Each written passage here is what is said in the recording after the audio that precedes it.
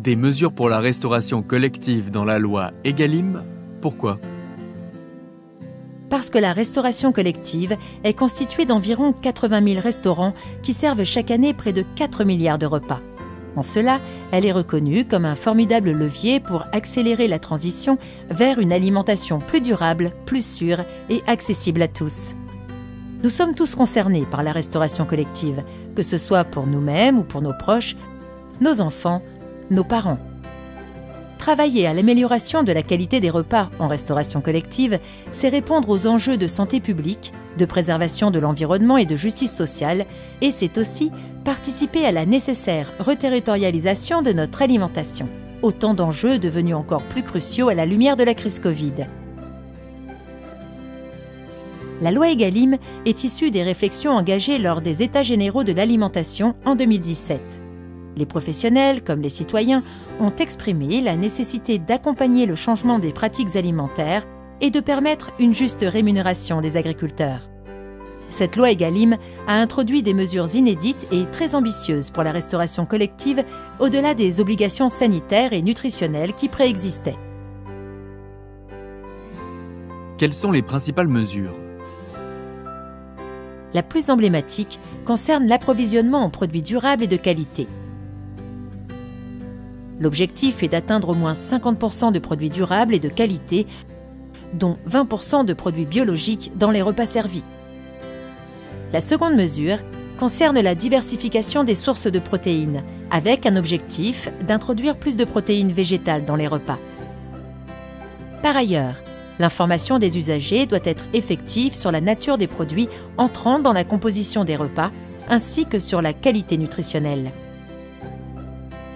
Ensuite, des mesures renforcent les obligations en termes de lutte contre le gaspillage alimentaire et les dons alimentaires.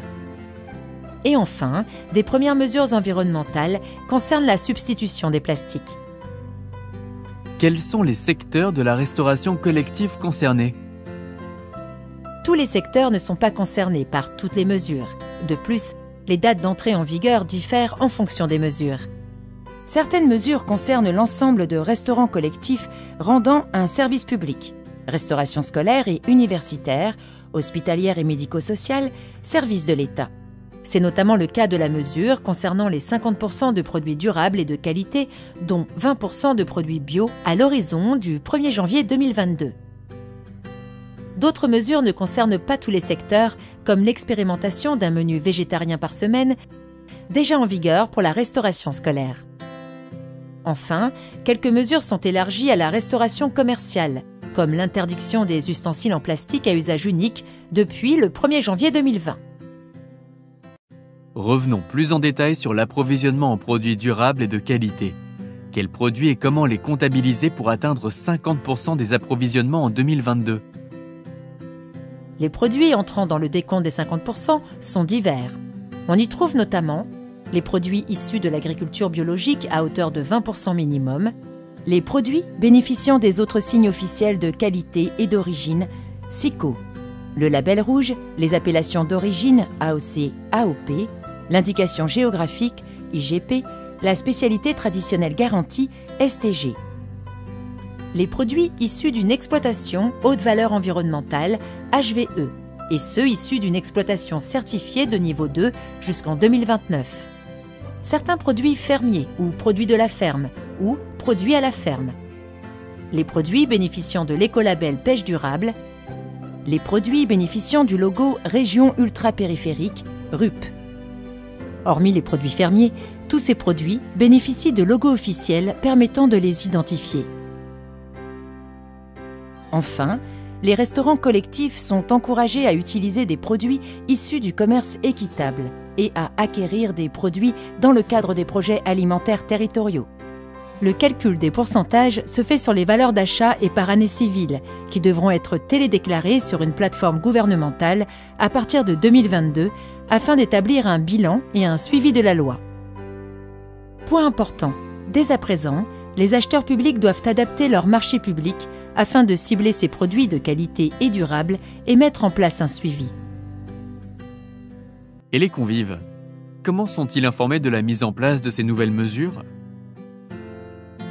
Les convives doivent être informés une fois par an des pourcentages en produits de qualité et durables, bio et autres. Par ailleurs, les restaurants scolaires, universitaires et des crèches sont tenus d'informer régulièrement les usagers sur le respect de la qualité nutritionnelle des repas servis. Pourquoi vouloir introduire plus de protéines végétales dans les repas? Notre alimentation s'est globalement modifiée au cours des dernières décennies et la part des protéines animales a fortement augmenté. Pourtant, nos traditions culinaires françaises font la part belle aux recettes à base de protéines végétales.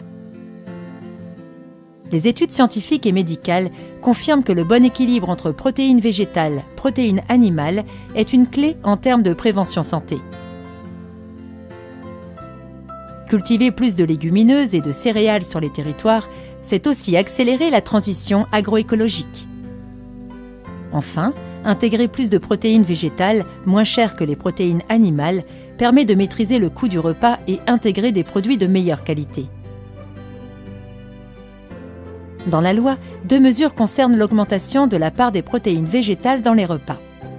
La première concerne tous les restaurants collectifs ayant une mission de service public servant plus de 200 couverts par jour en moyenne. Ils doivent concevoir un plan pluriannuel de diversification des protéines, incluant des alternatives à base de protéines végétales. La deuxième concerne uniquement la restauration scolaire depuis le 1er novembre 2019. Il s'agit d'une expérimentation sur 2 ans. Chaque restaurant doit proposer un menu végétarien au moins une fois par semaine. Ce menu ne doit pas contenir de viande, poisson, crustacés. Par contre, il peut comprendre des œufs ou des produits laitiers et évidemment des légumineuses comme les lentilles, les pois chiches et des céréales si possible complètes. Pourquoi de nouveaux objectifs concernant la lutte contre le gaspillage alimentaire et les dons alimentaires?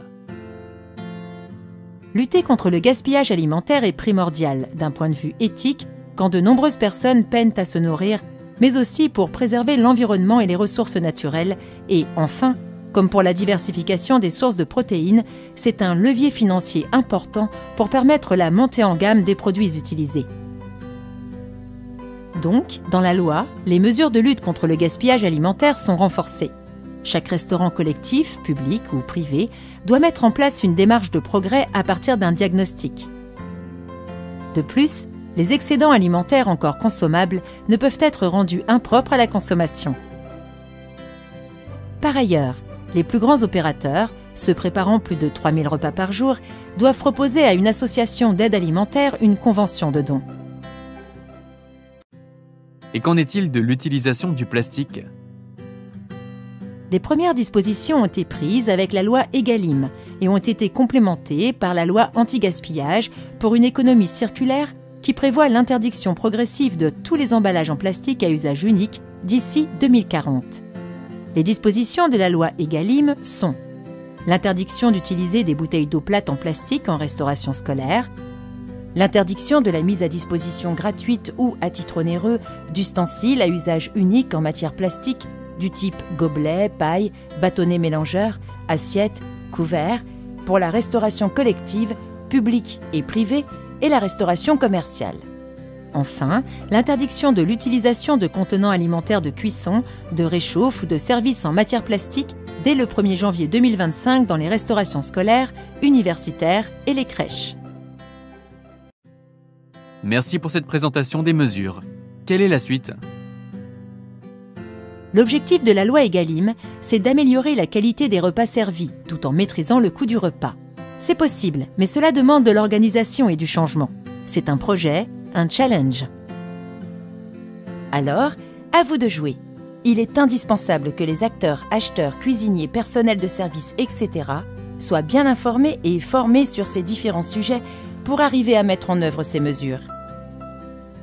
Les réseaux de la restauration collective s'organisent pour accompagner et former au mieux les acteurs et les projets alimentaires territoriaux de plus en plus nombreux et contribuent à la mise en œuvre de solutions. Le CNFPT propose une offre complète de formation à destination des acheteurs et des personnels de restauration sur les différents sujets évoqués et met à disposition une e-communauté alimentation-restauration collective accessible à tous. des guides conçus par les différents acteurs de la restauration collective réunis au sein du Conseil national de la restauration collective, CNRC, sont déjà disponibles. D'autres sont en préparation. Vous pouvez les retrouver sur la plateforme gouvernementale Ma Cantine avec d'autres outils. Enfin, dans vos régions, vous avez des interlocuteurs, notamment dans les DRAF et dans les délégations régionales du CNFPT.